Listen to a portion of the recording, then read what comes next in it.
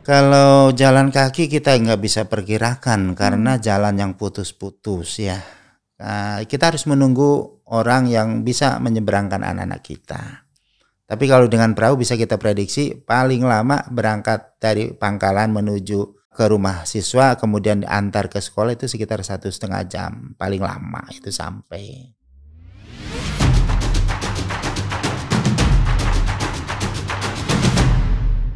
Ya, selama ini apakah sekolah juga sudah mempersiapkan Pak mitigasi resiko khawatir terjadi misalkan ya Pak, nauzubillah kita tidak harapkan sebetulnya terjadi masalah atau mungkin ada yang bocor gitu ya, khawatir terjadi apa-apa, sekolah sudah mempersiapkan apa Pak untuk meminimalisir resiko tersebut?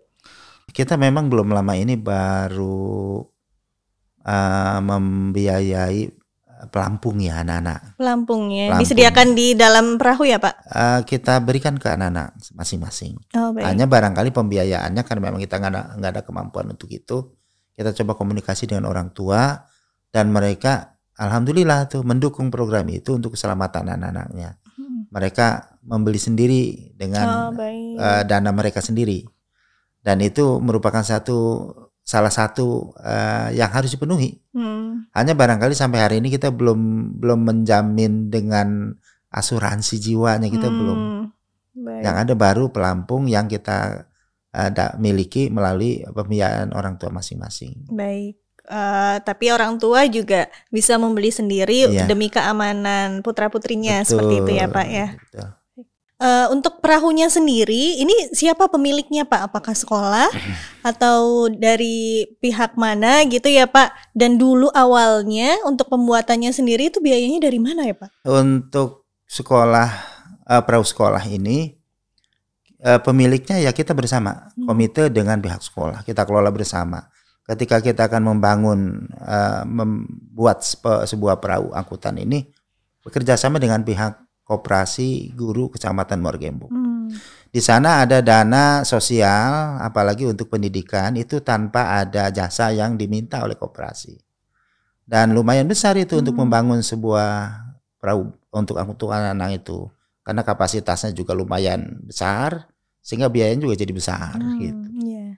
Jadi kapal ini Pak selain digunakan untuk transportasi antar jemput siswa itu Pak bisa digunakan oleh masyarakat lain tidak Pak? Perahu ini memang kita buat khusus untuk angkutan anak-anak sekolah. Tetapi ketika masyarakat kita butuh misalnya ketika ada yang sakit itu boleh dimanfaatkan. Hanya barangkali solarnya yang harus diperhatikan diisi. Kemudian ada yang meninggal untuk proses pemakaman kita antar juga. Itu tanpa harus ada biaya apapun kecuali solarnya diisi. Betul. Kadang-kadang juga ada acara di kita itu masih ada budaya besanan. Ketika masyarakat butuh itu ya kita persilahkan. Jadi selama bermanfaat dan digunakan untuk hal yang baik itu masih bisa digunakan gitu ya Pak ya. Selama ini Pak ada nggak ya Pak siswa yang mungkin berhenti sekolah karena mungkin keterbatasan akses yang ada gitu Pak? Selama yang saya tahu, anak-anak itu ke sekolah tidak ada hambatan setelah adanya perahu ini, karena memanfaatkan sarana yang ada ini merupakan sesuatu yang kita mudahkan. Kalaulah mereka harus putus sekolah bukan karena kesulitan itu, tetapi karena misalnya orang tuanya butuh tenaga bantuan ketika menangkap ikan di laut, sehingga anak-anak yang sudah usianya ya sekitar 10 tahun itu bisa terkadang itu diajak oleh orang tuanya ke laut membantu itu. Lalu untuk prestasi siswa sendiri Pak dengan kondisi akses yang memang sulit gitu ya Pak. Untuk siswa-siswa sendiri prestasi yang diraih bagaimana Pak?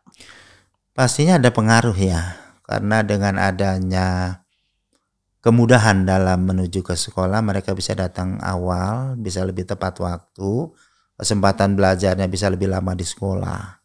Selanjutnya dalam kegiatan-kegiatan lomba juga mereka merasa nyaman karena setiap kegiatan itu kita antar. Karena itulah ada jaminan dari sekolah, orang tua juga merasa nyaman, tidak khawatir gitu, membuat anak itu secara kejiwaan mereka tenang. Saya ketika lomba pun mereka merasa nyaman. Oke. Kalau sejauh ini Pak, pendapatan tadi yang dari anak-anak membayar tiket gitu ya bahasanya ya Pak.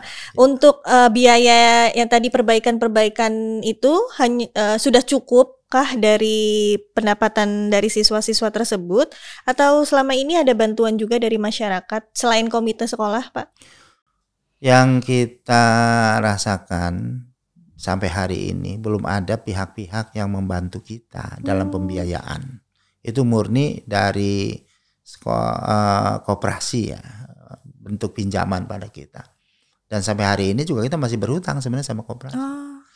Kenapa? Karena di generasi kedua di penghujung masa baktinya ini perahu kan makin rapuh, sehingga sering kali kita melakukan perbaikan. Gitu ya, karenanya dana yang harusnya kita bayar untuk utang kita ke koperasi harus digunakan untuk perbaikan. Nah, itu. Jadi kalau untuk pemerintah daerah setempat sendiri Pak, apakah ada bantuan yang diberikan atau mungkin kontribusi pemerintah selama ini, pemerintah daerah khususnya selama ini bagaimana Pak? Pernah ketika itu ada cerita saya mau dimutasikan ke sekolah lain. Tetapi ketika itu wali murid bersama komite merasa keberatan karena belum tentu penggantinya nanti berani berspekulasi untuk membuat perahu. Sehingga komite dan wali murid menghadap Kepala Dinas Pendidikan Kabupaten Bekasi. Beliau Kepala Dinas menjanjikan akan menggantikan dengan kepala yang lebih daripada yang ada. Namun komite dan wali murid bertahan, udah nggak usah, biar yang ada aja, yang ini udah tahu sikap dan tanggung jawabnya, sehingga dipertahankan itu. Dari situlah akhirnya kepala dinas berusaha menjembatani kita untuk mendapatkan biaya. Maka tampillah Basnas ketika itu. Kebetulan kita juga memang perlunya akan kita rehab saat itu. Kita renovasi dan alhamdulillah dapat bantuan sebesar 35 juta saat itu melalui Kepala Dinas Pendidikan Kabupaten Bekasi saat itu. Jadi tadi Bapak sampaikan sempat di sekolah lain gitu ya Pak ya. Sebetulnya kenapa Bapak akhirnya mau kembali lagi ke SD Negeri Pantai Bahagia 02 ini Pak? Apa yang membuat Bapak sepertinya saya harus kembali gitu Pak? Pertama saya melihat bahwa mereka memang merasa sehati dengan saya. Itu barangkali yang membuat jadi kuat ya. Bahwa tanggung jawab pendidikan ini memang tanggung jawab kita bersama. Karena mereka merasa dekat secara emosi, ikatan emosi kita dekat. Merasa saya harus pindah ke sana juga sama kan, tugasnya sebagai pendidik juga. Kenapa tidak pertahankan aja yang ada di sini?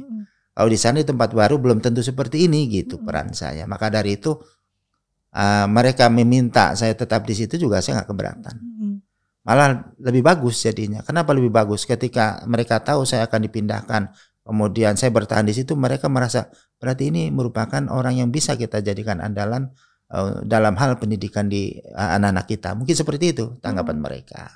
Jadi sebetulnya peran komite ini dalam mewujudkan perahu transportasi ini seberapa besar gitu Pak?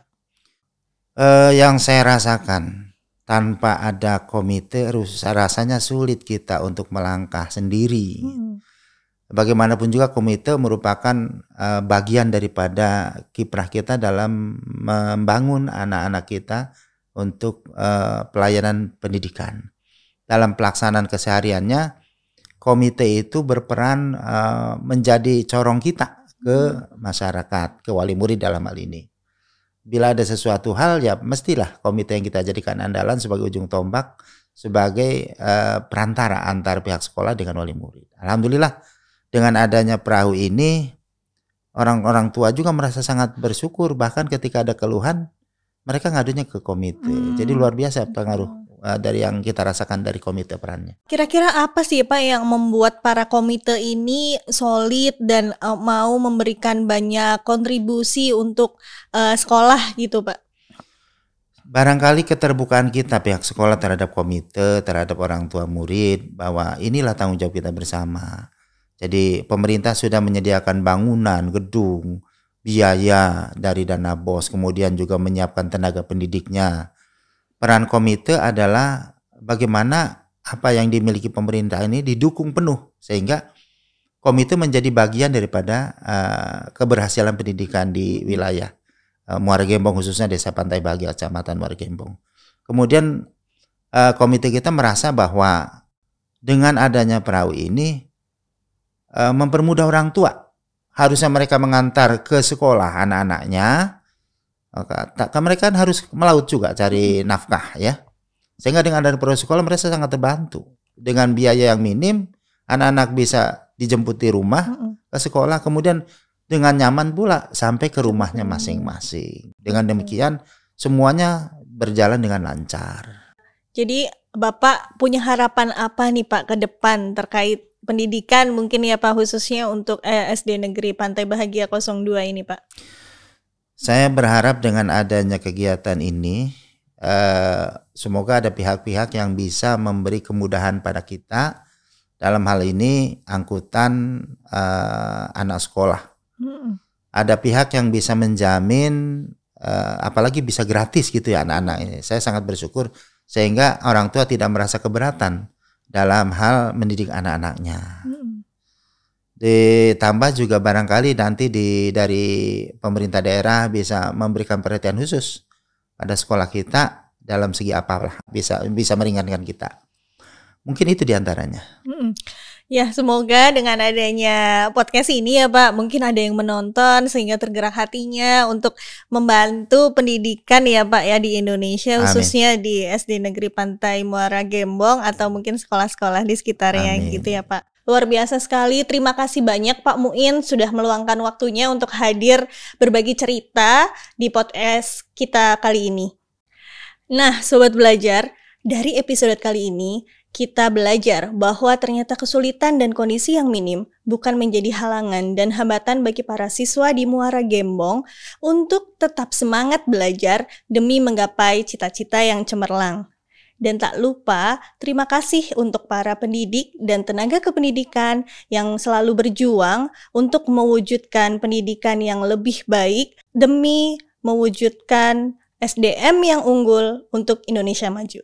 Sobat Belajar, jangan lupa klik tombol suka dan subscribe agar Sobat Belajar dapat terus mengikuti informasi-informasi menarik yang ada di Ditjen PAUD Dikdesmen. Saya Yudit pamit undur diri, tetap sehat dan selalu bahagia. Salam sehat, salam berani belajar berubah. Sampai jumpa.